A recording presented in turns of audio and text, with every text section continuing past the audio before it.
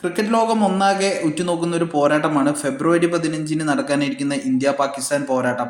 ഇന്ത്യയുമായിട്ട് കളിക്കാൻ തയ്യാറല്ല എന്ന പാകിസ്ഥാൻ നിലപാടിനെ തുടർന്ന് വലിയ കാർമേഘങ്ങൾ മൂടി നിന്നൊരു മത്സരം കൂടിയാണ് ഇത്. എന്നാൽ അതിനെല്ലാം തീരുമാനമായിട്ട് ഞങ്ങൾ കളിക്കാൻ തയ്യാറാണ് എന്ന് പാകിസ്ഥാൻ പറഞ്ഞതോടുകൂടിയിട്ട് ഈ ഒരു മത്സരമാണ് എല്ലാവരും നോക്കിക്കാണുന്നത്. ശ്രീലങ്കയിലെ പ്രേമദാസ സ്റ്റേഡിയത്തിൽ വെച്ചിട്ടാണ് ഈ മത്സരം നടക്കാനായിട്ട് പോകുന്നത്.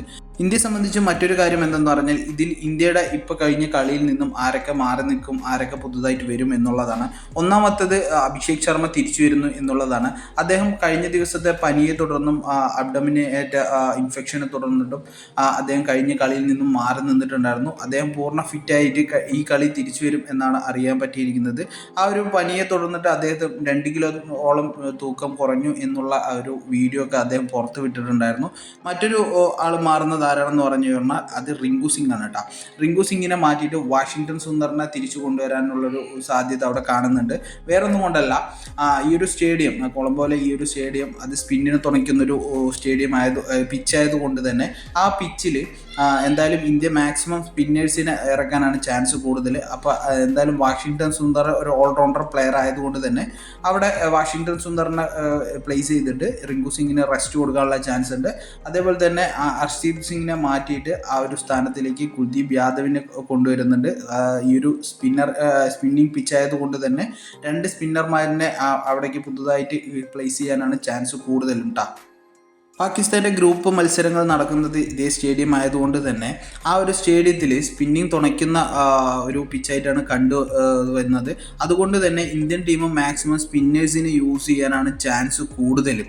അങ്ങനെ ചെയ്തില്ല എന്നുണ്ടെങ്കിൽ തന്നെ 1-2 കളി പാകിസ്ഥാൻ കളിച്ചൊരു പിച്ചായതുകൊണ്ട് തന്നെ അവർക്ക് ഏകദേശം ആ ഒരു പിച്ചിൻ്റെ സ്വഭാവമൊക്കെ മനസ്സിലായി തുടങ്ങിയിട്ടുണ്ടാവും.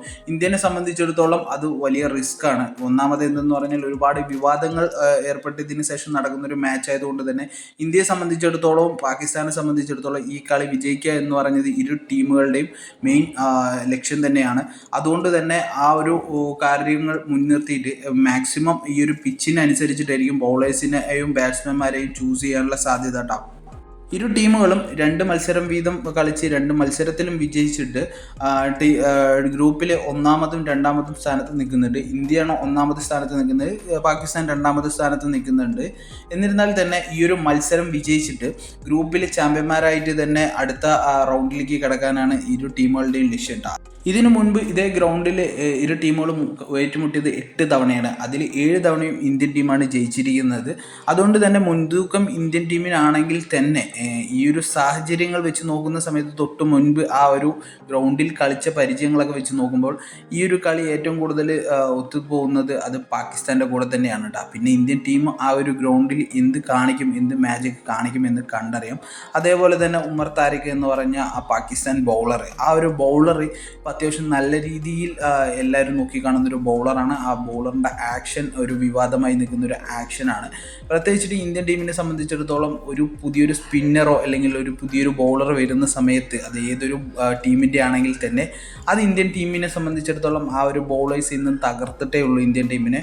ചരിത്രം അങ്ങനെയാണ് നിലവിൽ കാണുന്നത്. പക്ഷെ എന്നിരുന്നാൽ തന്നെ ഈ ഒരു കളി നമുക്ക് ഒരിക്കലും വിട്ടുകൊടുക്കാൻ പറ്റാത്തൊരു കളിയായതുകൊണ്ട് തന്നെ ഇന്ത്യൻ ടീം അതിനെയെല്ലാം മറികടക്കാൻ വേണ്ടിയിട്ടൊരു പദ്ധതി എന്തായാലും കണ്ടിട്ടുണ്ടാവും എന്ന് വിചാരിക്കാം.